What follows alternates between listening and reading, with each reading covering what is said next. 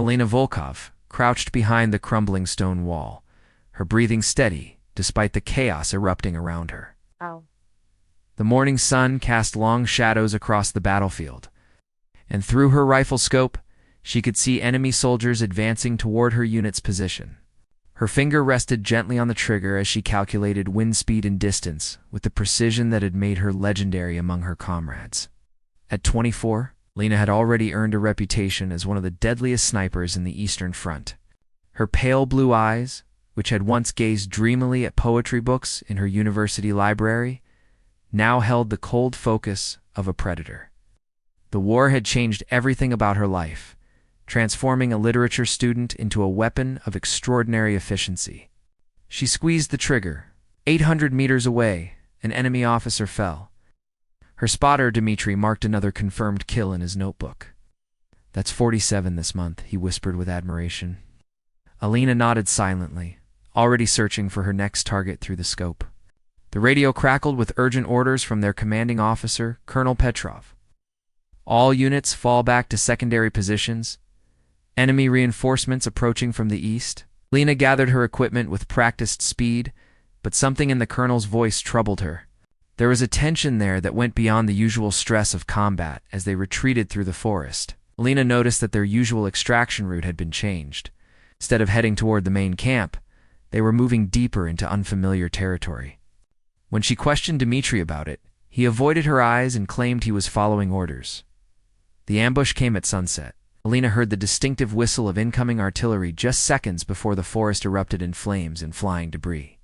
She threw herself behind a fallen log as explosions tore through the trees around her. Through the smoke and chaos, she caught glimpses of muzzle flashes coming from positions that should have been held by friendly forces. "Dmitri," she called out, but received no response. As the barrage continued, a terrible realization began to form in her mind. The timing was too perfect, the enemy positions too well prepared. Someone had betrayed her location. When the shelling finally stopped, Lena remained motionless behind her cover, listening. She could hear voices speaking in her own language, not the enemy tongue. Her heart sank as she recognized Colonel Petrov's voice among them. "Is she dead?" Petrov asked someone. "Must be."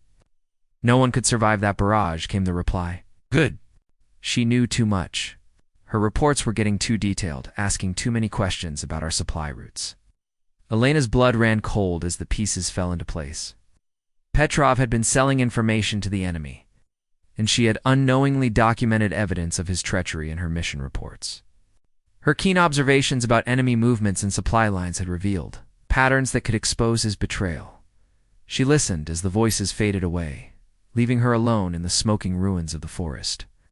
Her rifle was damaged, her radio destroyed, and her entire unit had either fled or been killed in the bombardment. For the first time since the war began, Elena felt truly afraid, but fear quickly transformed into something else entirely: rage. The people she had trusted, the cause she had believed in, the brothers in arms she had fought alongside, it had all been a lie. She had killed dozens of enemy soldiers while her own commanding officer sold secrets that cost the lives of countless comrades. As darkness fell, Elena began to move. Every skill she had learned as a sniper now served a different purpose. Moved like a ghost through the forest, avoiding patrols and scavenging what supplies she could from the battlefield. Her mind was already forming a plan, but it would require patience and cunning beyond anything she had ever attempted. Over the following days, Elena survived on whatever she could find while carefully observing both sides of the conflict. She began to understand the true scope of the betrayal.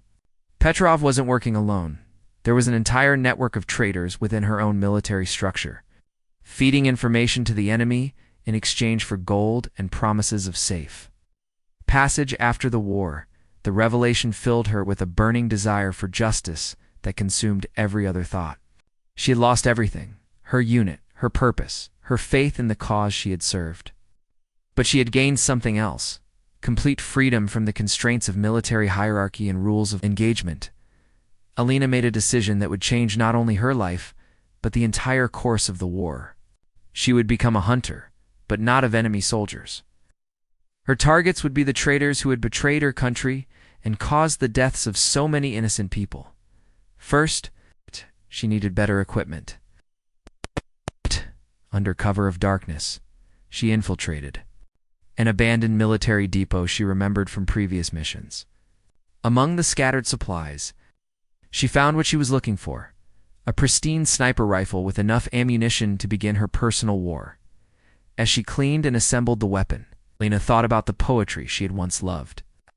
There had been verses about justice and vengeance, about the price of betrayal and the weight of moral choices. Now those words seemed prophetic, as if the poets had been preparing her for this moment. She spent hours practicing with the new rifle, adjusting to its feel and characteristics. Every shot had to count now. She had no backup, no support, and no margin for error. The woman who had once dreamed of teaching literature to eager students was gone forever, replaced by something harder and more dangerous. The transformation was complete when she carved a small mark into the rifle's stock, not for her kills, but for her promise. She would hunt down every traitor in Petrov's network, and she would make them pay for their betrayal. The war had abandoned her, but she would not abandon the war. As the first light of dawn broke through the forest canopy, Alina Volkov disappeared into the wilderness, carrying with her a mission that would either restore justice or destroy her in the attempt. The abandoned sniper had become something new, an agent of vengeance, would stop at nothing to balance the scales of betrayal. 3 weeks had passed since Elena's presumed death, and she had used every moment to gather intelligence on the traitors who had betrayed her. Hidden in an abandoned farmhouse deep in the contested territory, she had created a makeshift command center, complete with maps, photographs, and detailed notes about her targets. Her first breakthrough came when she intercepted a messenger carrying coded communications between Petrov and his contacts.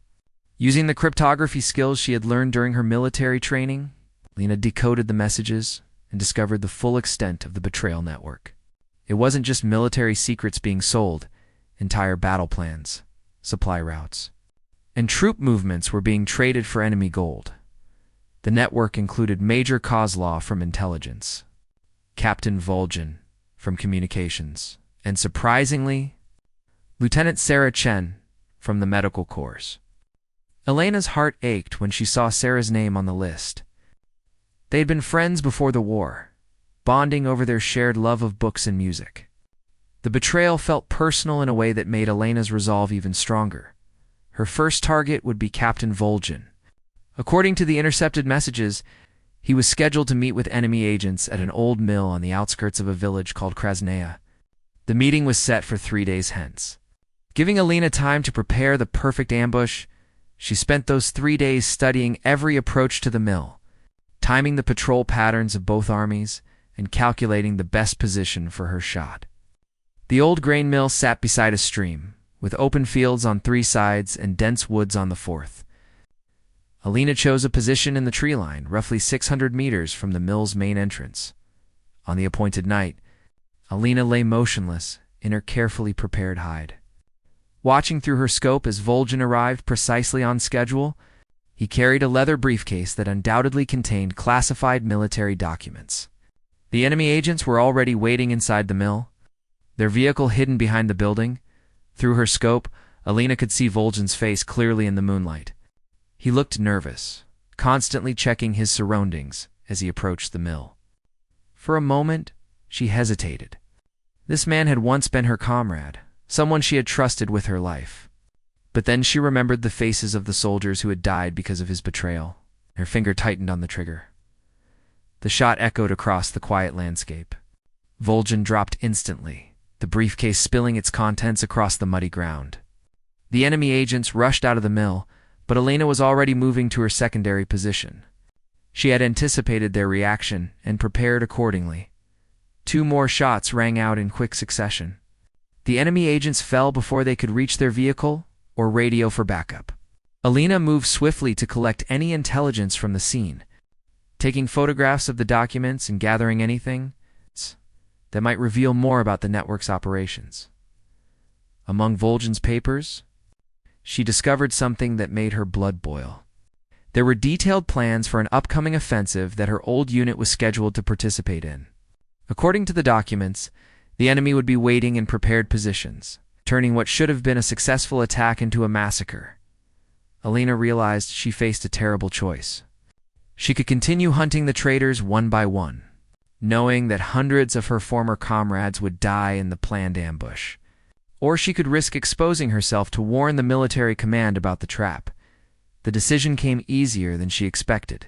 Despite her anger at being abandoned, she couldn't allow innocent soldiers to die when she had the power to prevent it. But she would have to be clever about how she delivered the warning without revealing her survival. She spent the next day crafting anonymous messages that would alert the military to the compromised offensive plans. Using her knowledge of military procedures, she created communications that would appear to come from different intelligence sources, making it impossible to trace them back to a single individual. The messages were delivered through a network of civilian contacts she had cultivated during her survival period. Some were farmers who had helped her with food and shelter. Others were resistance fighters who moved freely between the lines. Each carried a piece of the puzzle to different military units, ensuring that the warning would reach the right people. Within 24 hours, the offensive plans had been changed. Alina watched through binoculars as the enemy forces waited in their prepared positions for an attack that never came. Instead, the modified assault struck their flanks where they were vulnerable, turning their trap into their own destruction. The victory felt hollow to Alina. She had saved lives and dealt a significant blow to the enemy. But she was still a ghost, invisible to the very people she had helped. Her existence had become a contradiction. She was simultaneously the most effective operative in the field and officially dead. Her success against Vol'jin had not gone unnoticed by the traitor network. Alina intercepted increasingly frantic communications between the remaining conspirators. They knew someone was hunting them, and they were taking precautions. Major Kozlov had increased his personal security and changed his usual patterns of movement. But their paranoia also revealed information that Alina could exploit.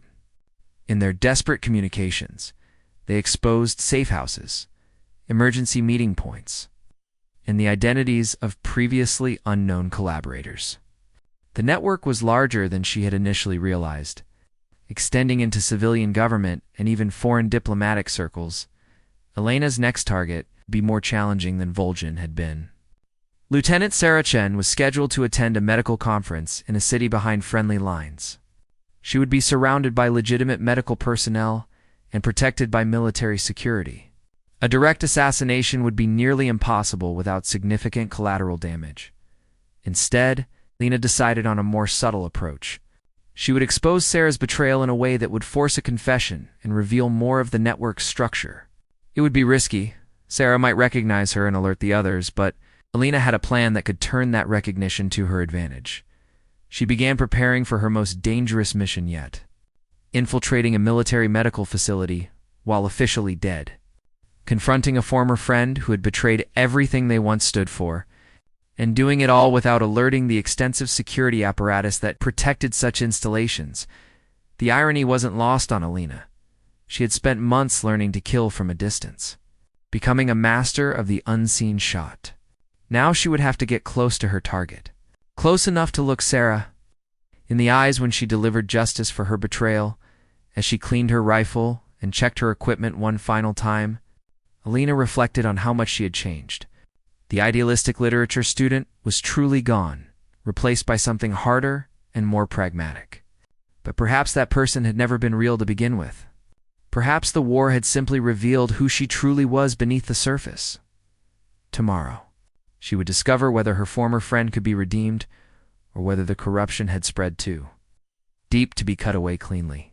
Either way, Sarah Chen would face the consequences of her choices, and Alina would be one step closer to dismantling the network that had cost so many lives. Alina stood outside the military hospital in the pre-dawn darkness, wearing the stolen uniform of a medical auxiliary. Getting inside would require all her skills of deception and improvisation. The identification papers she carried belonged to a nurse who had died in a bombing raid 2 weeks earlier, but whose death hadn't yet been properly recorded in the bureaucratic chaos of wartime. The hospital complex was larger than she had expected. With multiple buildings connected by covered walkways, security was tight, but focused primarily on preventing enemy infiltration rather than catching someone who was supposed to be there. Elena's biggest advantage was that officially she didn't exist. No one would be looking for a dead woman. She made her way to the main entrance, where a tired-looking guard checked her identification with barely a glance. The early morning shift change provided perfect cover as dozens of medical personnel moved through the facility. Elena blended seamlessly into the crowd, her stolen uniform and confident bearing making her invisible among the legitimate staff. Finding Zara proved more challenging than gaining entry. The medical conference was being held in the administrative wing, but Sarah wasn't listed among the official attendees. Elena spent hours moving through the hospital, using her knowledge of medical procedures to avoid suspicion while searching for her target. Her breakthrough came when she overheard two doctors discussing the suspicious death of Captain Vol'jin. Word had spread through the military medical community about the execution-style killing at the mill. Sarah's name came up as someone who had been particularly disturbed by the news, which confirmed she knew about the network's activities. Elena found Sarah in a small office reviewing patient files. Through the partly open door, she could see her former friend hunched over paperwork, looking exhausted and nervous. Sarah had always been slight, with delicate features that made her appear younger than her years. The war had aged her considerably, adding lines around her eyes and a permanent tension to her posture. Taking a deep breath, Elena knocked and entered the office. Sarah looked up with the distracted expression of someone expecting a routine interruption. When she saw Elena's face, her expression shifted through confusion, recognition, and finally, terror. "Hello, Sarah," Elena said quietly, closing the door behind her. "We need to talk." Sarah's hand moved toward the telephone on her desk, but Elena stepped forward with a slight shake of her head. "Don't you know why I'm here, Elena?" Sarah's voice was barely a whisper. "But They said you were dead. The bombing at Krasnovo Forest? I survived. No thanks to the people who set up that ambush." Elena remained standing, using her height advantage to maintain psychological pressure. "People like you." Sarah's face went pale, but she tried to maintain her composure. "I don't know what you're talking about. I'm a medical officer. I save lives, You don't what? Sell information to the enemy.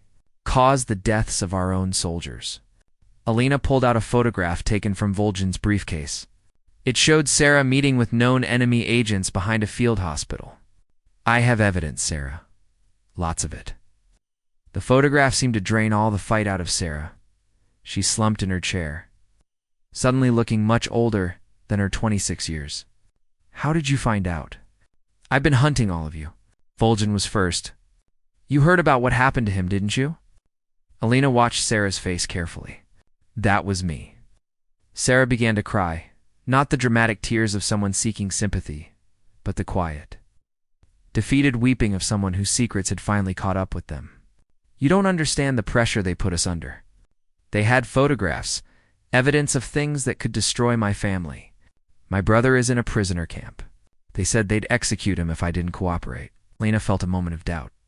She had been so focused on her mission of vengeance that she hadn't considered the possibility that some of the traitors might have been coerced rather than willing collaborators. But then she thought of all the soldiers who had died because of the information Sarah had provided. "How many people died because of what you gave them?"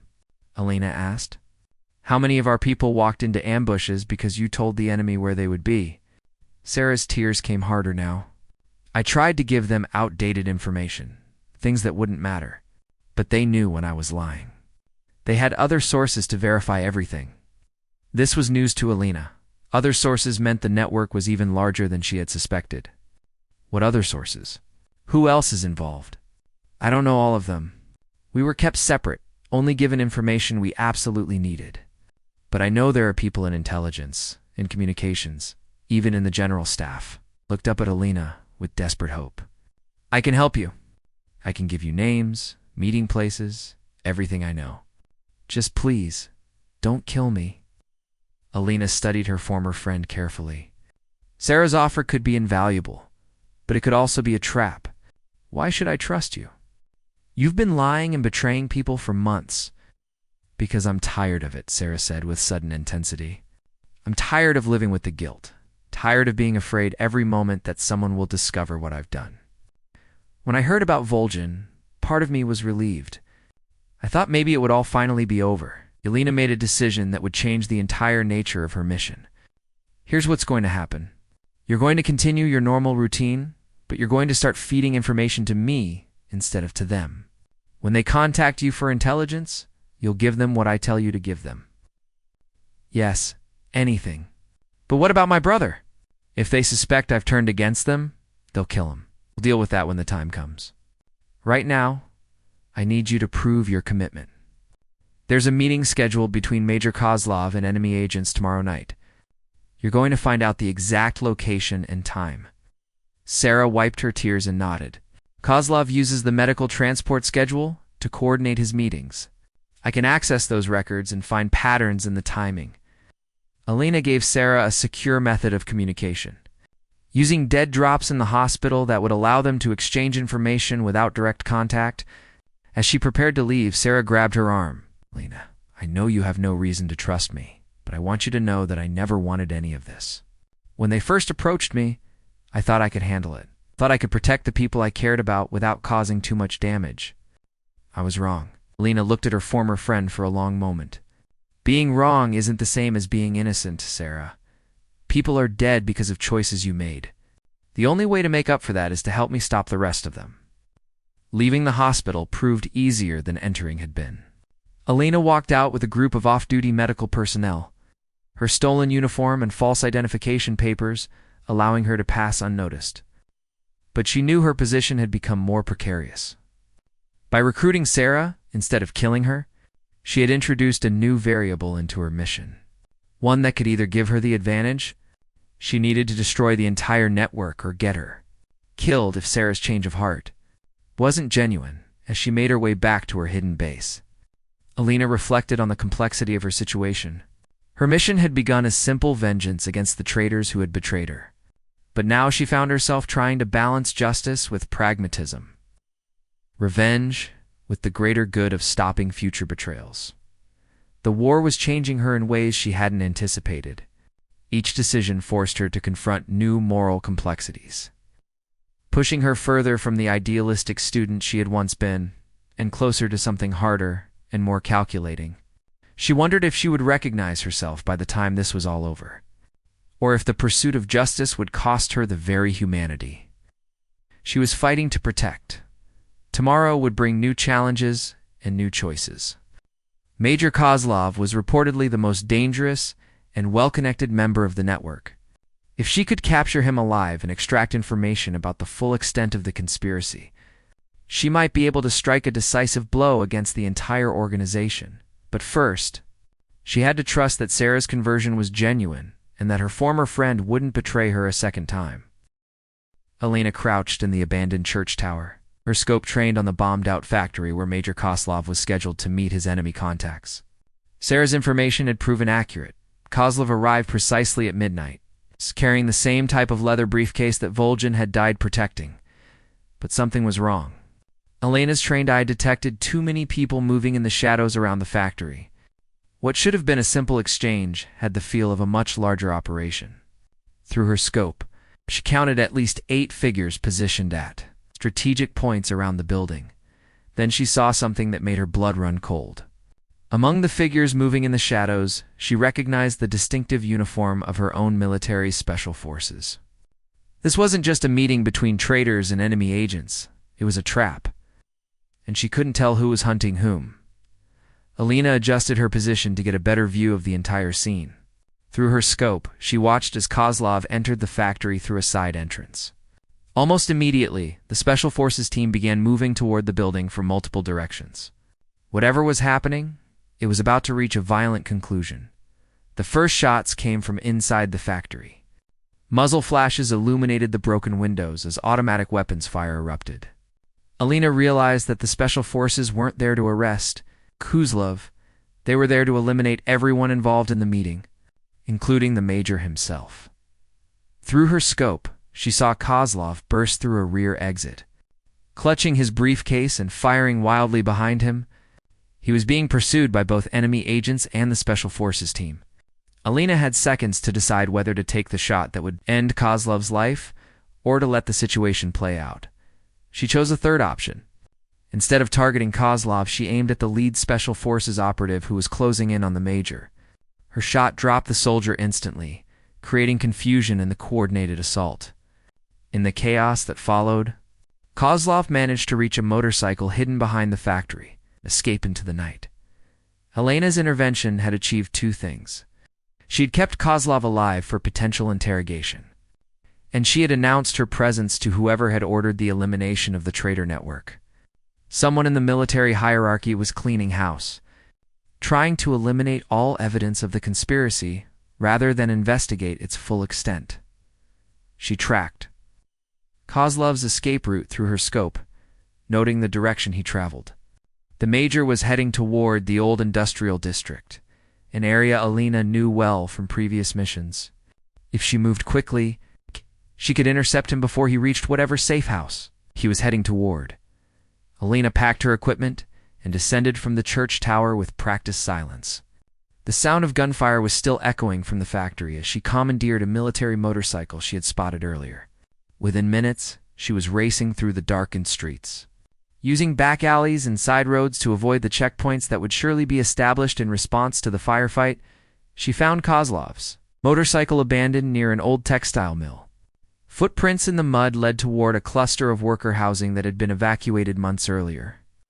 Alina approached carefully, using every shadow and piece of cover to mask her movement. Kozlov was wounded and desperate. That made him dangerous in unpredictable ways. The major had taken refuge in a small house near the center of the complex. Alina could see candlelight flickering through boarded windows. She circled the building twice, identifying all possible exits and escape routes.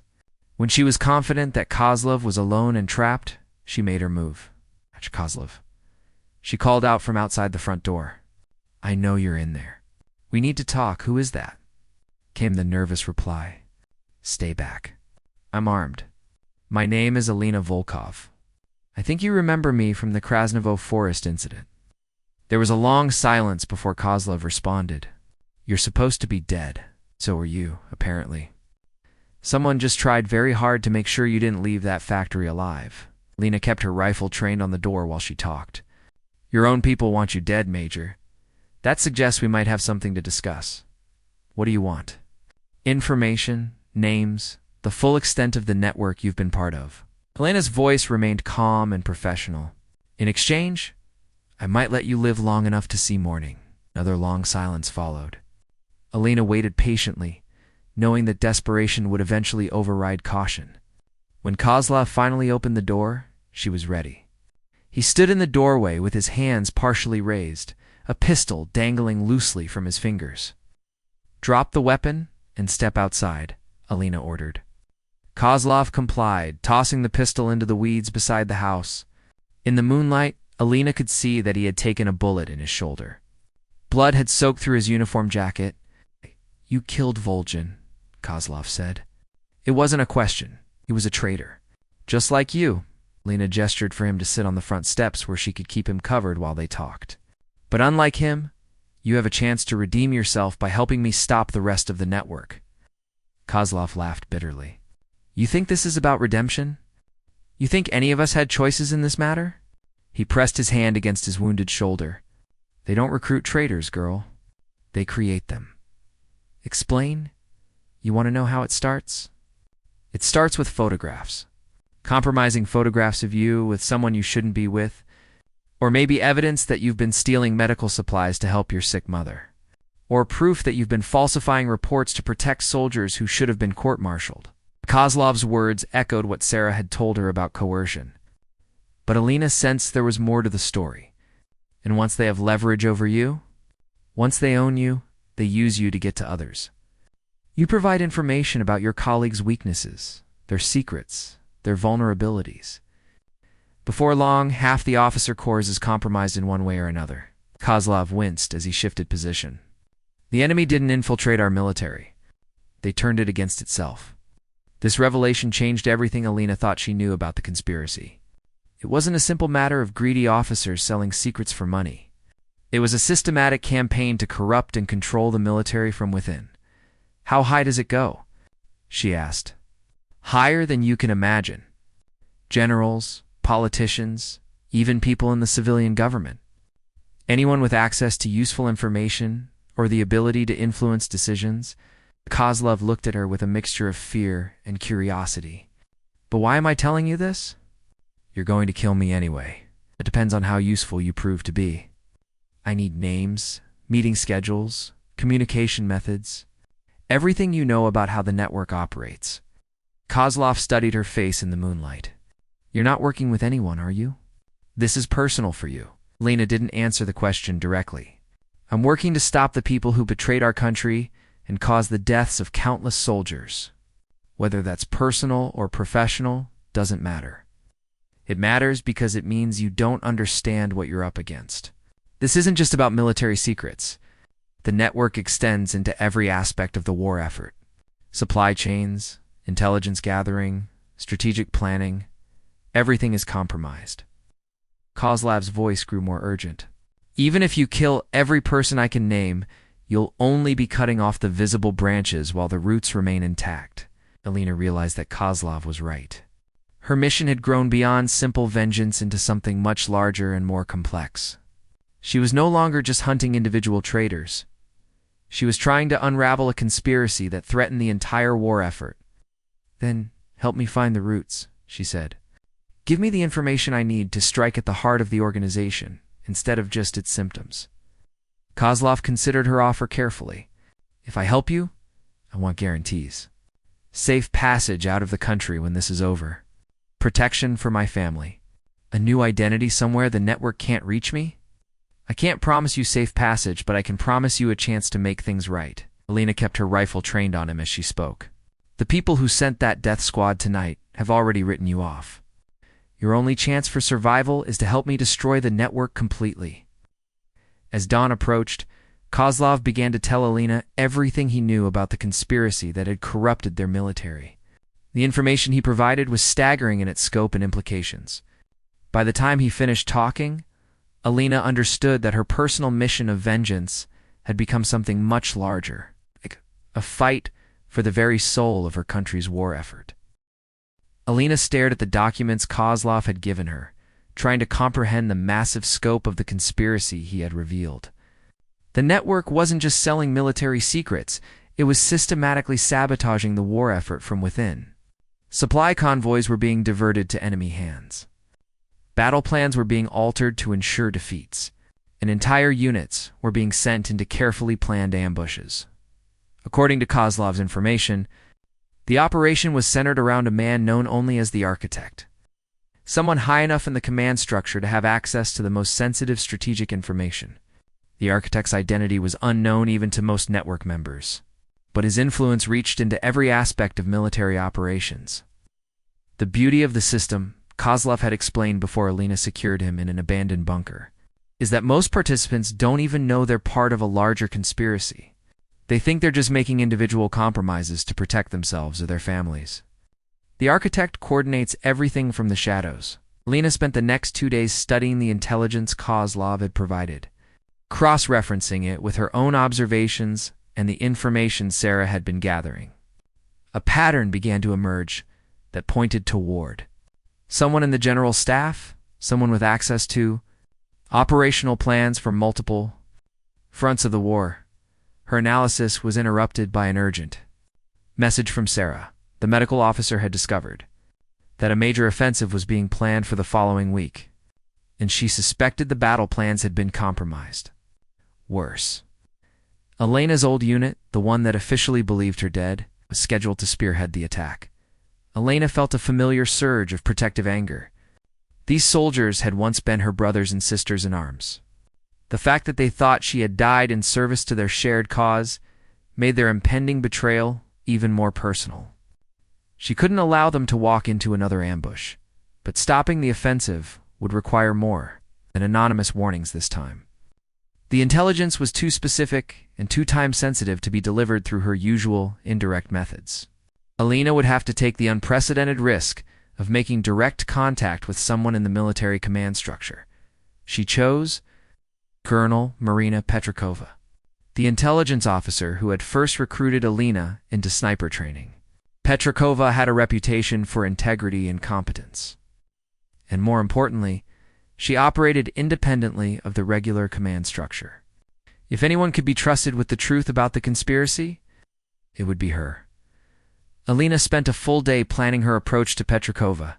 The colonel worked out of a secure facility behind the front lines, surrounded by layers of security that would challenge even Alina's infiltration skills. But she had identified a weakness in the facility's defenses, a regular supply convoy that delivered equipment to the intelligence section. On the designated morning, Alina intercepted the convoy at a checkpoint she had been monitoring for weeks. The guards knew her face from her previous service. Her resurrection caused enough shock and confusion for her to convince them she was on a classified mission. Within hours, she was sitting across from Colonel Petrakova in a secure briefing room. "Alina Volkov," Petrakova said, studying her carefully. "According to my files, you died in action at Krasnovo Forest over a month ago." "That was the intended result," Alina replied. "But I survived, and what I discovered while officially dead is why I'm here now." Alina laid out everything she had learned about the conspiracy, supporting her claims with the documents Kozlov had provided and the intelligence she had gathered independently. Petrakova listened without interruption, her expression growing grimmer as the scope of the betrayal became clear. "If even half of what you're telling me is true," Petrakova said when Alina finished, "then we're facing the largest intelligence disaster in our military's history. The enemy hasn't just penetrated our security, they've corrupted it from within." "There's more," Alina continued. "The offensive plan for next week is compromised. The enemy knows exactly when and where we're going to attack. My old unit will be walking straight into a killing field." Petrakova stood and walked to the window, staring out at the military compound beyond.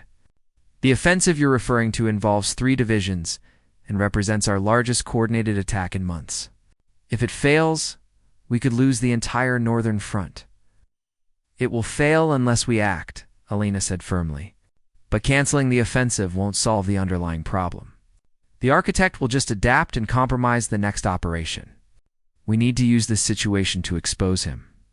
"What do you propose?" Alina had been developing a plan since her conversation with Kozlov. "We feed false information about a change in the offensive plans through the normal channels. Different false information to different potential sources. Whichever version the enemy responds to will tell us who the architect is." Petrakova turned back to face her. "That's essentially using our own troops as bait in a counterintelligence operation. The ethical implications are staggering.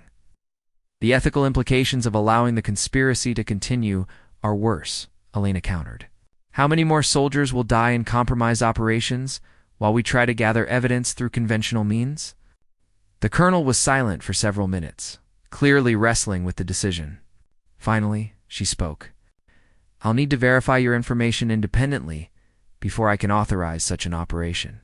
And I'll need guarantees that the actual offensive can be modified to protect our troops regardless of the outcome of your counterintelligence plan." "Agreed. But we don't have much time. The offensive is scheduled to begin in 5 days. Petrakova nodded grimly. "I'll contact General Volkov immediately.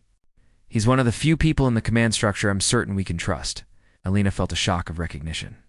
"General Volkov. Is he... your father? Yes? I should have realized the family connection earlier." Petrakova's expression softened slightly. "He believes you died a hero. Alina, learning that you're alive will mean more to him than you can imagine." The reunion with her father took place that evening in a secure safe house, away from the main military installations. General Mikhail Volkov was a bear of a man whose stern exterior concealed a deeply emotional nature. When Alina walked into the room, he stood frozen for a long moment before crushing her in an embrace that lasted several minutes. "My little sniper," he whispered, using the nickname he had given her as a child when she showed unusual accuracy with a hunting rifle. "When they told me you were dead, I thought my heart would stop beating." Lena felt tears she hadn't allowed herself to shed since the ambush at Krasnovo Forest. For the first time in weeks, she remembered what it felt like to be part of a family instead of a solitary, instrument of vengeance. But the emotional reunion was brief. The general listened to Elena's intelligence with the same professional attention Colonel Petrakova had shown, asking sharp questions and demanding detailed explanations for every conclusion. When she finished her briefing, he sat in silence for several minutes. The scope of this conspiracy explained several anomalies we've observed in recent operations, he said finally. Supply shortages that couldn't be explained by enemy action, intelligence failures that seemed too convenient to be coincidental, tactical setbacks that defied logical explanation. Will you authorize the counterintelligence operation? Alina asked. General Volkov exchanged a look with Colonel Petrakova. The plan has merit, but it's extremely dangerous. If we're wrong about any aspect of this conspiracy, we could end up sacrificing thousands of lives for nothing. If we're right and do nothing, we'll sacrifice them anyway, Alina replied. At least this way, their sacrifice might serve a purpose. The general made his decision. We'll proceed with a modified version of your plan. The false information will be distributed, but we'll also prepare contingency plans to protect our forces regardless of the enemy's response. Colonel Petrakova will coordinate the counterintelligence aspects while I handle the military modifications. Over the next 3 days, Alina worked closely with both officers to implement the most complex deception operation of the war. False battle plans were carefully crafted and distributed through different channels, each version containing subtle variations that would identify which source had been compromised. Sarah's role became crucial during this phase. As a medical officer with access to casualty projections and treatment preparations, she was perfectly positioned to plant false information about the expected scale and location of the offensive. Alina watched with growing respect as her former friend threw herself into the deception with genuine dedication. On the 4th day, enemy movements confirmed that the false information had reached them. But the response revealed something even more shocking than Alina had anticipated. The enemy wasn't just repositioning to counter the false offensive plans, they were preparing to launch their own surprise attack using the real plans they possessed. They're not just defending against our offensive, General Volkov explained grimly. They're using their knowledge of our actual plans to launch a preemptive strike that could destroy our entire northern army. Alina realized that the conspiracy was even more ambitious than anyone had suspected. The architect wasn't just selling information to prevent defeats. He was actively orchestrating victories for the enemy. The war itself was being manipulated from within their own command structure. Now we know the true scope of what we're fighting, she told her father. This isn't just about catching traitors anymore. It's about saving the entire war effort from sabotage. The general nodded solemnly. Then we'd better make sure we catch the right person, because if we fail, there may not be another chance. The trap was set with meticulous precision. Alina positioned herself in a concealed observation post overlooking the command bunker where the final offensive briefing would take place. Through her scope, she could see the faces of the senior officers as they arrived, for what they believed was a routine strategic meeting, according to the plan she had developed with her father and Colonel Petrakova. Each attendee had been given slightly different versions of the revised offensive timeline. Whichever version appeared in enemy communications would identify the architect. But Alina had insisted on being present to observe the meeting directly. Knowing that the traitor's reaction might reveal information that intercepted communications could not, the meeting began with General Volkov presenting the official briefing to the assembled officers. Alina watched through her scope as each face registered the information, looking for any sign of the tension or satisfaction that might indicate guilt. But the officers were all experienced military professionals, skilled at maintaining composed expressions under pressure. Then she saw it. General Viktor Morzov, the deputy commander of strategic operations, had shifted his position slightly when her father announced the new timeline for the offensive. It was a subtle movement.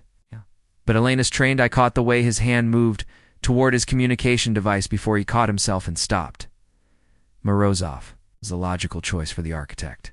His position gave him access to virtually all strategic planning, and his reputation for brilliant tactical insights could easily mask his manipulation of operations to favor the enemy.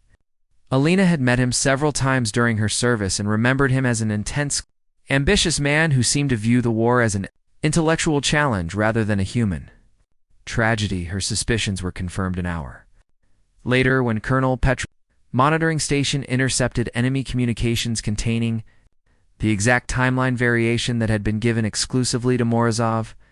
The trap had worked perfectly, too perfectly. Alina realized with growing unease something about the situation felt wrong.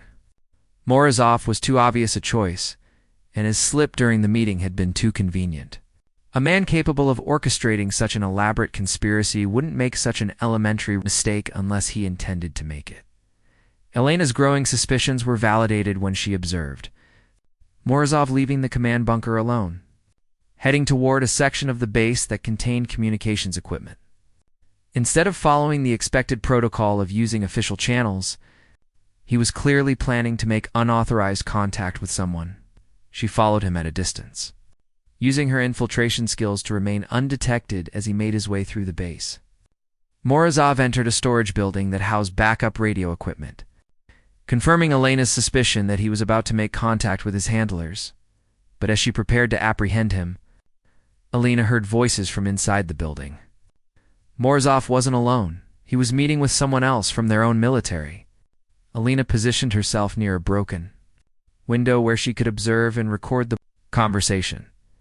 The person speaking with Morozov was Colonel Petrakova. Alina felt the world shift around her as she watched her trusted ally discussing the counterintelligence operation with the man they had identified as the architect. But the conversation revealed an even more shocking truth. Morozov wasn't the architect at all.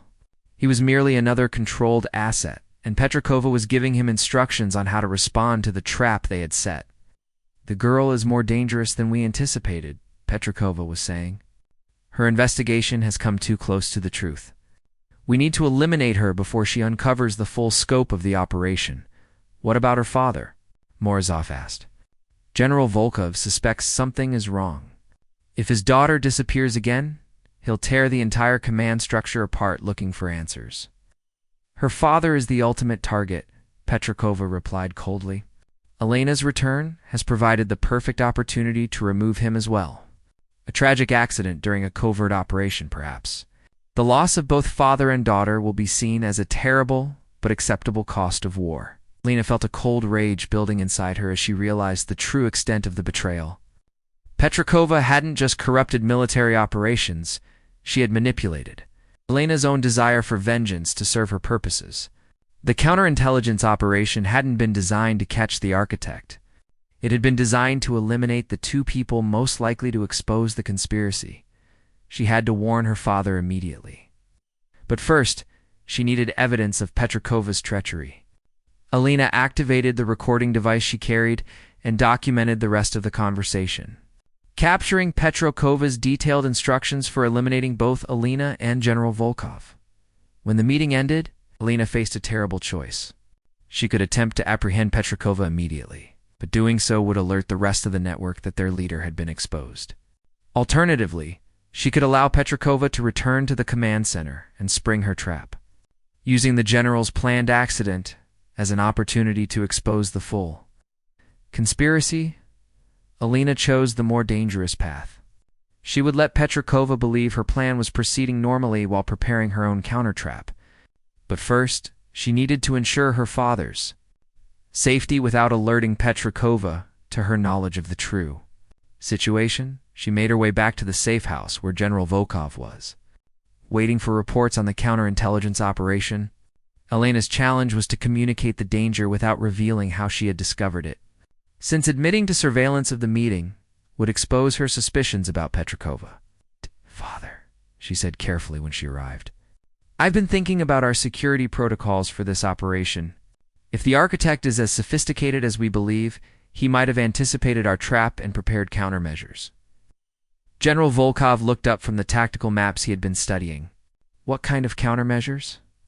"Elimination of the investigators. If I were in his position, I would view this operation as an opportunity to remove the people most likely to expose the network." Alina chose her words carefully, trying to plant the seeds of suspicion without revealing her knowledge. "I think we should consider the possibility that the trap might have been turned against us." Her father's military instincts were sharp enough to follow her reasoning. You're suggesting that our counterintelligence operation might actually be an assassination plot targeting us. I'm suggesting that someone with access to our planning could have designed this entire scenario to eliminate threats to the network rather than expose its members. Alina met his eyes directly. We should be prepared for the possibility that the person we trust most is actually our greatest enemy. General Volkov was silent for several minutes, clearly considering the implications of her warning. Finally, he spoke with the decisive tone Alina remembered from her childhood. If you're right, then we're walking into a trap designed by someone who knows our every move. Our only advantage is that they don't know we suspect their true intentions. Exactly. So we need to spring their trap in a way that exposes them, while protecting ourselves. Lena had been formulating a plan during her return journey. Tomorrow's operation needs to proceed as scheduled, but with modifications they won't expect, working through the night. Alina and her father developed a comprehensive counter-strategy that would allow them to identify and apprehend the true architect while protecting the genuine. Offensive operation. The plan required precise timing and absolute trust between father and daughter, but it offered their best chance of ending the conspiracy once and for all. As dawn approached, Alina prepared for what would likely be the most dangerous day of her life. She would have to pretend continued trust in Petrakova while maneuvering her into a position where her betrayal could be exposed publicly. The success of the operation would depend on Elena's ability to outmaneuver someone who had been manipulating military operations for months. But Alina had one advantage that Petrakova couldn't anticipate. The supposedly dead sniper had learned to think like her enemies, to anticipate their moves and counter their strategies. Tomorrow, she would use those skills not against foreign enemies, but against the traitor who had corrupted her own military from within. The abandoned sniper had become something more dangerous than anyone. Realized a hunter who understood exactly how to track the most elusive prey of all, the enemy within. The final confrontation began at dawn with what appeared to be a routine briefing in the main command center. Alina entered the room alongside her father, maintaining the facade that she still trusted Colonel Petrakova completely. Around the table sat the senior officers who would coordinate the day's operations. Unaware that they were about to witness the exposure of the most devastating betrayal in their military's history, Petrakova began the briefing with her usual professional demeanor, outlining the intelligence reports that had led to the revised offensive plans. Alina watched her carefully, marveling at how convincingly the traitor played her role as a loyal officer concerned with protecting their forces from enemy deception. Based on our counterintelligence operation, Petrakova announced, we have identified the source of the security leaks that have plagued our recent operations. General Morzov has been feeding information to enemy agents in exchange for personal gain. General Volkov played his part perfectly, expressing appropriate shock and ordering Morzov's immediate arrest. But Alina could see the confusion in Morzov's eyes as security personnel moved to apprehend him. The man genuinely didn't understand what was happening, confirming Alina's suspicion that he was merely another manipulated asset rather than the true architect of the conspiracy. Colonel Petrakova. Alina spoke up as Morzov was led away. I have some additional evidence that might be relevant to this case. Petrakova's expression didn't change, but Alina caught a barely perceptible tension in her posture. What kind of evidence, Captain Volkov? Alina activated the recording device she had prepared, filling the room with Petrakova's own voice from the previous night's conversation with Morzov. The assembled officers listened in stunned silence as they heard their trusted intelligence coordinator discussing plans to eliminate Alina and her father. The girl is more dangerous than we anticipated. Her investigation has come too close to the truth. We need to eliminate her before she uncovers the full scope of the operation. The reaction was immediate and explosive. Several officers reached for their weapons, while others simply stared at Petrakova in disbelief. But the colonel herself remained remarkably calm, even smiling slightly as the recording concluded. Very clever, Alina, Petrakova said with genuine admiration. I underestimated your surveillance skills. But I'm afraid you've misunderstood the situation entirely. Have I? Alina kept her rifle trained on Petrakova, while her father coordinated the security response. You've been running the entire conspiracy from the beginning. You recruited the network members, coordinated their activities, and manipulated military operations to benefit the enemy." Petrakova laughed, a sound that chilled everyone in the room. "You still don't understand, do you? There is no enemy conspiracy. There is no network of traitors selling secrets for personal gain. There is only a necessary cleansing of a corrupt and incompetent military leadership that was losing this war through sheer stupidity." The revelation hit Alina like a physical blow. "You're saying the entire conspiracy was internal? That you were working to undermine your own military?" "I was working to save our country from leaders who would have destroyed it through their incompetence," Petrakova replied with passionate conviction. "Every operation I compromised was doomed to fail anyway. Every commander I eliminated was a liability to our war effort. Every secret I revealed was information the enemy would have discovered through their own intelligence work." General Volkov stepped forward, his face dark with anger. "You betrayed your oath, your country, and thousands of soldiers who died because of your actions." "I served my country by preventing even greater disasters," Petrakova shot back. "The enemy didn't need to infiltrate our military. Our own leadership was incompetent enough to ensure defeat without any outside help. I simply accelerated the inevitable, while positioning more capable leaders to take control." Alina realized that Petrakova's betrayal was even more complex than she had imagined. The colonel genuinely believed she was serving her country's interests by sabotaging operations she deemed doomed to failure. Her corruption of the military hierarchy wasn't motivated by greed or enemy coercion, but by a twisted form of patriotism that justified any action in service of what she saw as the greater good. "Who else is involved in this?" Alina demanded. "How many other officers share your perspective?" "More than you might think, fewer than we need," Petrakova replied cryptically. "The war has revealed the fundamental weaknesses in our military structure. Traditional leadership methods are insufficient for the challenges we face. New approaches require new leaders." General Volkov's voice was ice cold when he spoke. "You mean leaders like yourself? Officers willing to sacrifice their own soldiers to advance their personal vision of how the war should be conducted? I mean leaders with the intelligence to recognize when traditional tactics are failing, and the courage to implement necessary changes," Petrakova responded. "Leaders who understand that sometimes you must sacrifice the few to save the many." Alina had heard enough. "The only thing you've demonstrated is that no cause, no matter how noble, justifies the level of betrayal you've committed. You destroyed the trust that holds a military together. You turned soldiers against their own commanders. You made it impossible for anyone to know who they could rely on." For the first time, Petrakova's composure cracked slightly. "Trust is a luxury we couldn't afford while incompetent leaders were squandering lives and resources. Someone had to make the hard decisions that our official commanders were too weak or too stupid to make." The arrest of Petrakova marked the beginning of a massive investigation that would eventually expose the full scope of her conspiracy.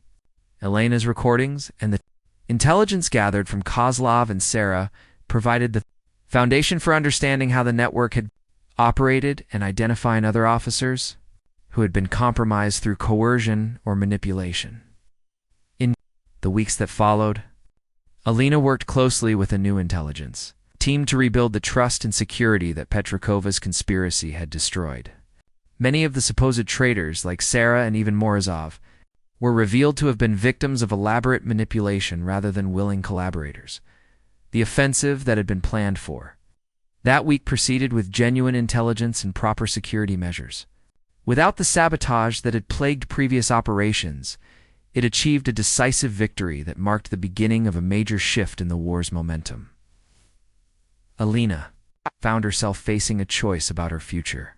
The military offered to restore her official status and promote her to a position where she could help rebuild their counterintelligence capabilities.